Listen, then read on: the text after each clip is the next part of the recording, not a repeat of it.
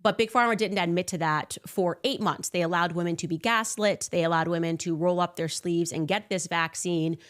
They knew women were having miscarriages because of this, and they wouldn't admit that until way later. And so for some women, it was just too late. And because I've done a series, for those of you that are signed up to CandaceOwens.com, we are getting into birth control. And I did an entire deep dive on all of just the history of birth control. I want you to know that it's not by accident.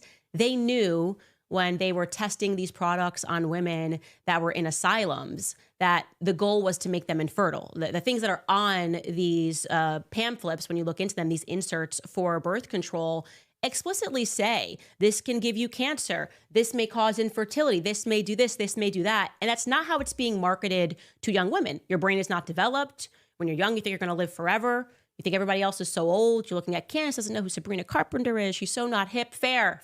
All of that is hip. You are not considering the adult that you are going to be down the line.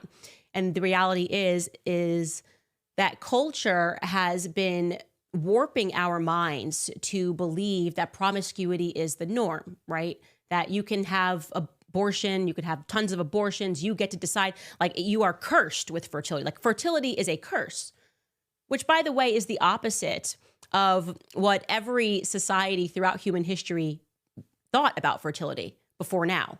They had, even in pagan societies, they had fertility goddesses. It was always considered a gift.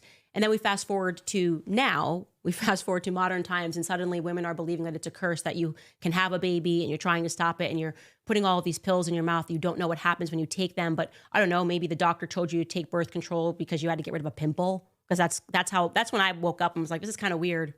Every time I go to the doctor, they're trying to get me on birth control. And so it makes me feel like I shouldn't take it. They'll be like, I have a headache.